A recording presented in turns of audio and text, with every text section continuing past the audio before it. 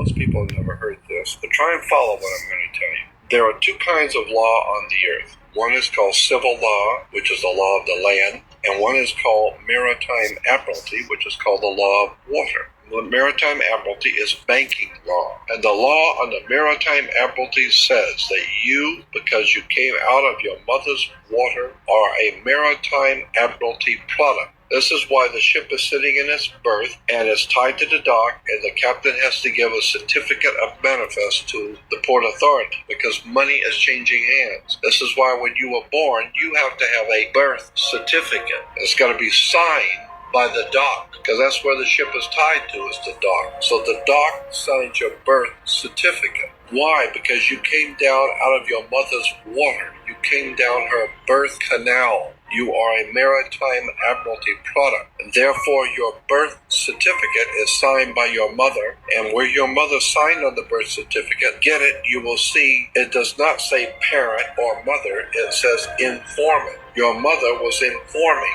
the bank that she has just produced another product to be bought and sold. England, the British Crown, through international banking, owns your physical body, and that's the law. So the bottom line is that you are a maritime admiralty product, and therefore the banks own your body.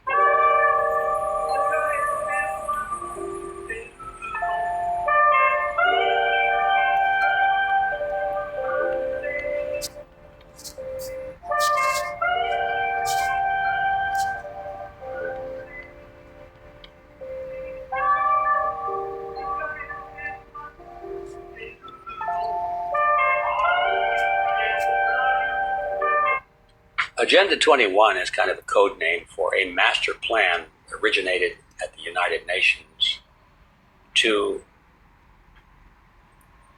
change the political and economic system of the world to one of total collectivism. And in order to do that, people must not be allowed to have independence. They must be dependent on the state for everything. Otherwise, they won't be easily controlled by the state. That means they can't have private property, mostly. They cannot have land of their own. They have to live in, preferably in high-rise apartments that are provided to them by the state as a benefit, so to speak. Oh, good, we got a free apartment. But these people at the top want all humans to be dependent on the largesse of the state. That means that they don't want anybody living out in the boonies. Anybody that's got a couple of acres of land and his own water supply and can grow his own food and that kind of thing, or have some sheep or some chickens, these people are a threat to the collectivist society because they aren't going to go to the politicians and say, please feed me, please clothe me, please give me shelter. They tend to be independent. That's the secret behind Agenda 21. They want people out of the country. They want corporations out there growing all the food and that kind of thing, but they don't want anybody living out there because that way they cannot be controlled. In order to control mankind, we have to get them all into the big cities. We have to rack them up and stack them up, get them dependent on the state for the food, the shelter, the electrical power, the water, everything. That's the dirty secret behind Agenda 21. In 2020, an exclusive organisation for the world's most powerful people, called Stakeholders, enacted a 10-year transition to a global authoritarian political system called stakeholder capitalism.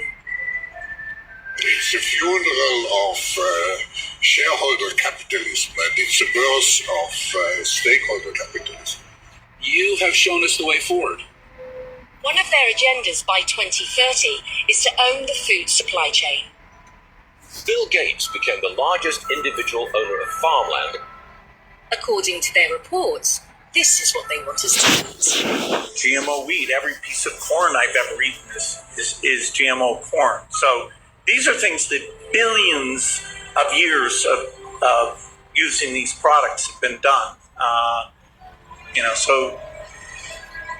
To eat. Anyway, and these are proven products. The stakeholders have an initiative to ban livestock. cows alone account for about 6% of global emissions. So we need to change cows. And increase our consumption of Artificial meat, like Impossible or Beyond Meat, both of which I invested in. we'll have the convenience of printing it from our homes.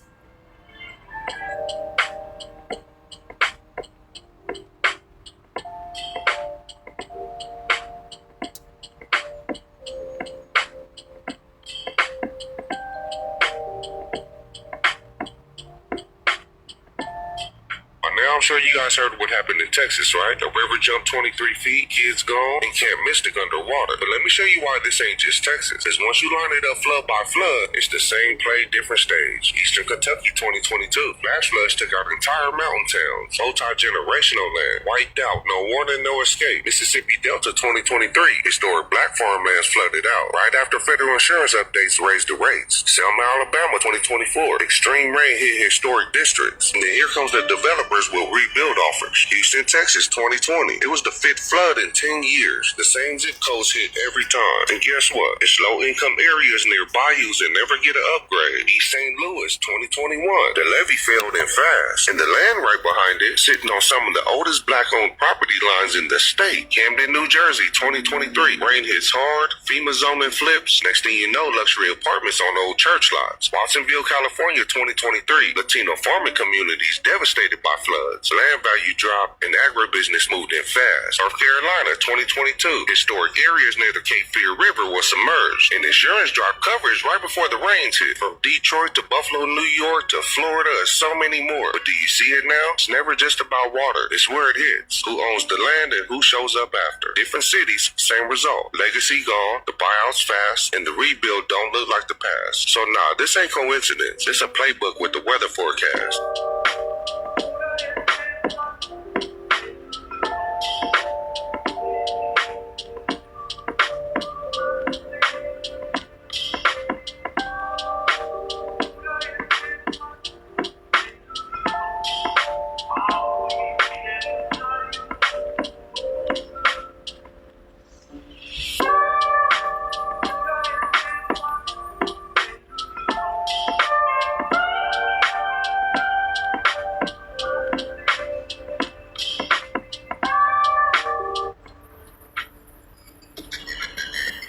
One man who knows the dangers only too well is Aman Jabi, who was at the forefront of digital development in Silicon Valley, California, for 25 years. He left when he recognized the dark side of surveillance technology, choosing instead the peace and beauty of Montana. He's an expert in facial recognition. It's a technique that is used to uniquely identify the biometrics of any face. So, in a device like your smartphone, and most modern smartphones in the last 5 or 7 years, they have a 3D camera module in the front of the phone, which you cannot see. Within that module is a near-infrared projector, which projects tens of thousands of dots on your face. Those dots are then distorted based on the contours and the features of your face.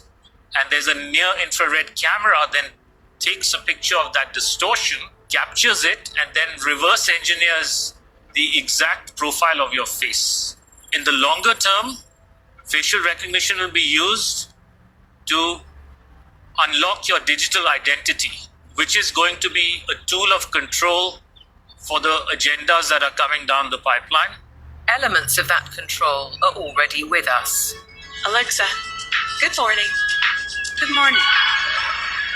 You are never alone in your home, and this is why.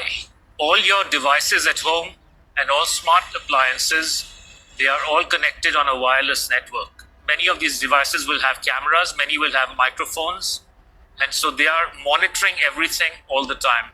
Your smart appliances are communicating with the smart meter and sending it real-time usage data. If there's a Ring camera also in your home, a mesh network is formed, and all your devices are being tracked within the home, its location, its usage, and all the data is going to Amazon servers. When you leave your home all modern vehicles are connected to the internet, so your automobile is being tracked all the time. When you're going under a string of smart LED poles and smart LED lights on the highway and in the streets of your towns and cities, those form a wireless network and are tracking your vehicle. They are tracking all the devices on you, from smartphones to smartwatches when you're walking on the streets. So data is being collected 24/7 continuously on every human being whenever you are within these wireless networks. And it's obviously not good for health also because of all the electromagnetic radiation. In the long term, the plan is to pretty much lock up humanity in smart cities, which is kind of a superset of a 15-minute city. They've sold all the state and local governments and countries that smart cities are about sustainability and the good of the city. But in reality, the language from the UN and WEF and their white papers is all inverted. So, air monitoring is really about limiting mobility and no car ownership. Right? Surveillance, control via LED grid is why the smart lighting is there. Water management is about water rationing. Noise pollution is about speed surveillance. Traffic monitoring is about limiting mobility. And then, of course, energy conservation is all about rationing heat, electricity, and gasoline. Another concept one should be familiar with is called geofencing. And that's, think of it as an invisible fence around you, where you cannot go beyond a certain point. And that will be related to your face recognition, digital identity, and access control.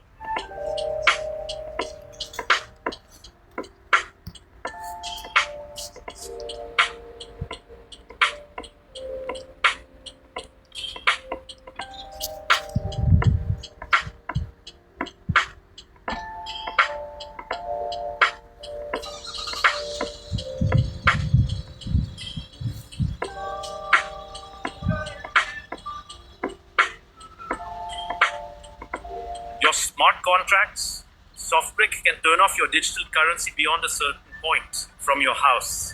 Our world has been turned into a digital panopticon. That means you can be monitored, analyzed, managed, and monetized. Surveillance capitalists are already making billions of dollars selling our information to big corporations, because this kind of detailed knowledge enables them to predict and influence our behavior.